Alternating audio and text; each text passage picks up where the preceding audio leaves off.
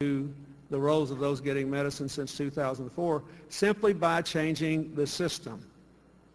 So we ask ourselves, what could we do in the area of climate change to prove that the applause that you just gave me was well-founded?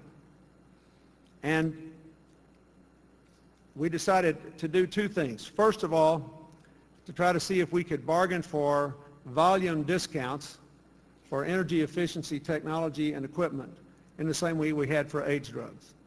And the answer was yes. So we have a whole list of things that all of the cities that work with us can buy for less money than they would otherwise have to pay. Sometimes the discounts are modest, as little as 15%.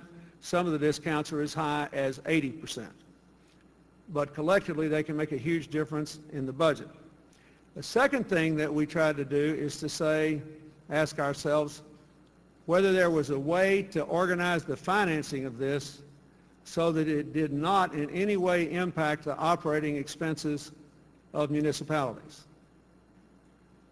Because so many of you are faced with stagnant revenues and exploding costs anyway. And the answer turned out to be yes. Because of the existence in America and around the world of companies called energy service organizations. Bless their heart, they are the key to this whole thing. Because if you pay them a premium to come in, a modest premium, to come in and analyze how much energy you can save by doing certain things, they will actually guarantee the savings.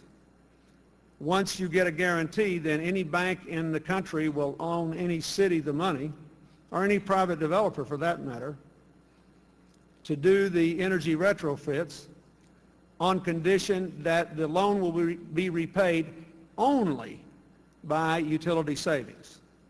Then after you pay the loan off, you've created a lot of jobs, you've lowered your utility bills, you've helped to clean up the environment, and you gave the power company back free power.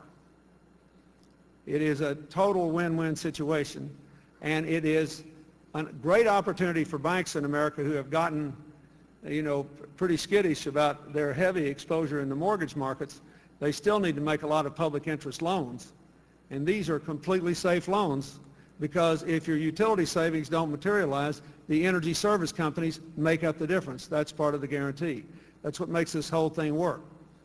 And it has led to an explosion of activity. Now, this is a good news, bad news story. We really, when we hit on this system, the people who are doing this work for me, Our Magazine and others, we raised $5 billion in bank commitments in an afternoon. That's the good news.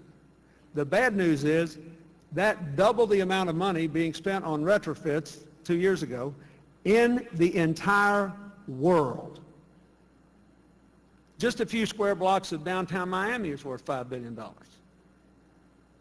I mean, this is absurd. We should be spending $200 billion, $300 billion on this in the world, maybe more, just as much as we can, because you can get the guarantees there and run the options in a way that generates employment, reduces greenhouse gas emissions, and saves people money.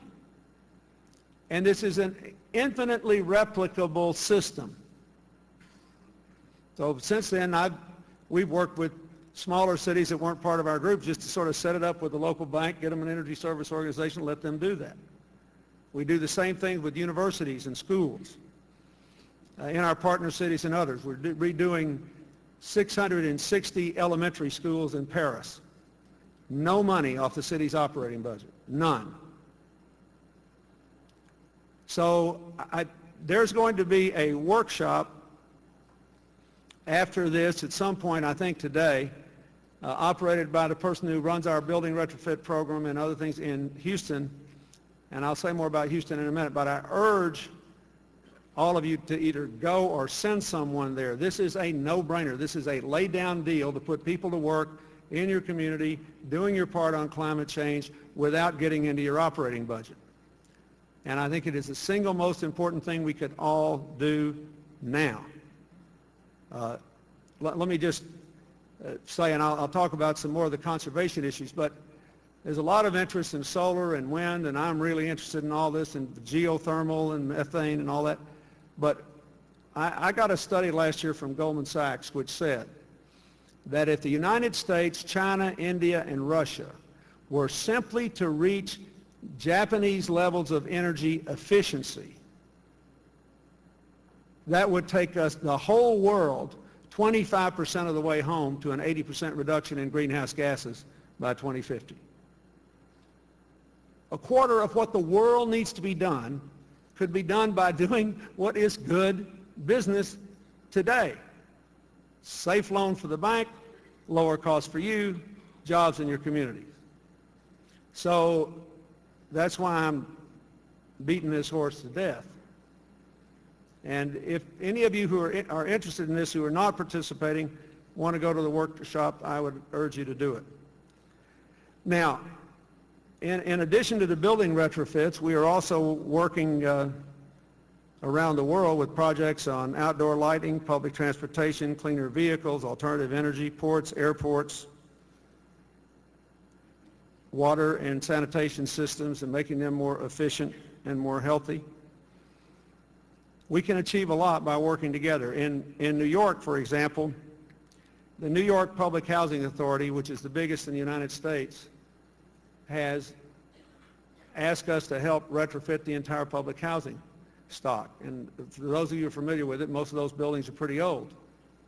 But we can go in at relatively low cost and fix the windows, green the roofs, change the lights, put in automatic temperature and lighting controls, and do a number of other things. And New York, it's 11% of America's public housing. We're going to create a slew of jobs there. And it's estimated that when we're all done, the annual utility bill will drop from $500 million to $350 million a year. On average, you get savings in a range of 20 to 50% when you do this. They started by simply installing 10,000 compact fluorescent lights in Queensbridge houses, which is the largest public housing section, and the labor was donated. They are now going, listen to this, just that 10,000 light bulbs will save them $365,000 a year.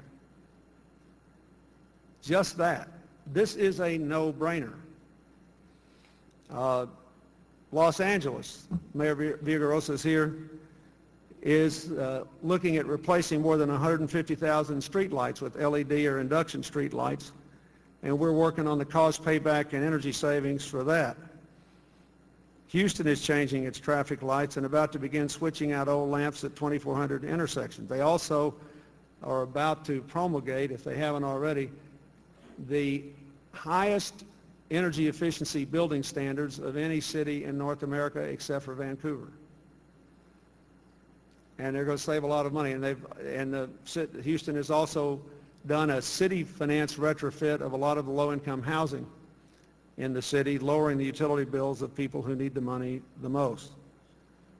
In Chicago, our retrofit projects include the Merchandise Mart and Sears Tower, two of the most recognizable buildings in America. And we're well on the way there. And we're also working on the Field Museum, the Chicago Art Institute, the Museum of Science and History, and the University of Illinois at Chicago. And as I'm sure a lot of you know, Chicago also is one of the leading cities in America in generally greening its roofs and promoting green space. We've been working for more than a year in New Orleans in very difficult circumstances because of the aftermath of Katrina, working in the recovery efforts to integrate energy efficiency into every rebuilding project that is done in the schools, in municipal buildings, and eventually in the development of private housing. In Philadelphia, the mayor has just appointed a director of sustainability, and we're working on we're going to do 13 large municipal buildings there. And keep in mind, everything he does there, it will not cost the city budget 1 red cent if we do it right because of the capital available on the loans. That's what makes this such a good deal. We're working on transportation. A couple of months ago, 24 cities and airports came together in Los Angeles to talk about what can be done on saving energy at airports.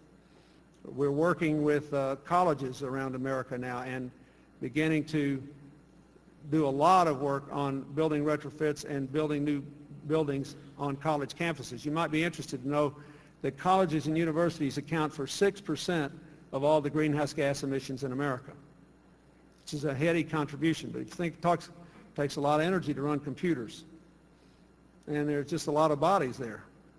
So this is really important. And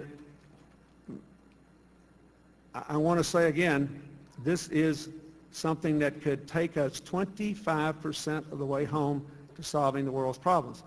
We're trying to set up systems like this, financing systems, in China and India. China just replaced America this year as the world's largest emitter of greenhouse gases.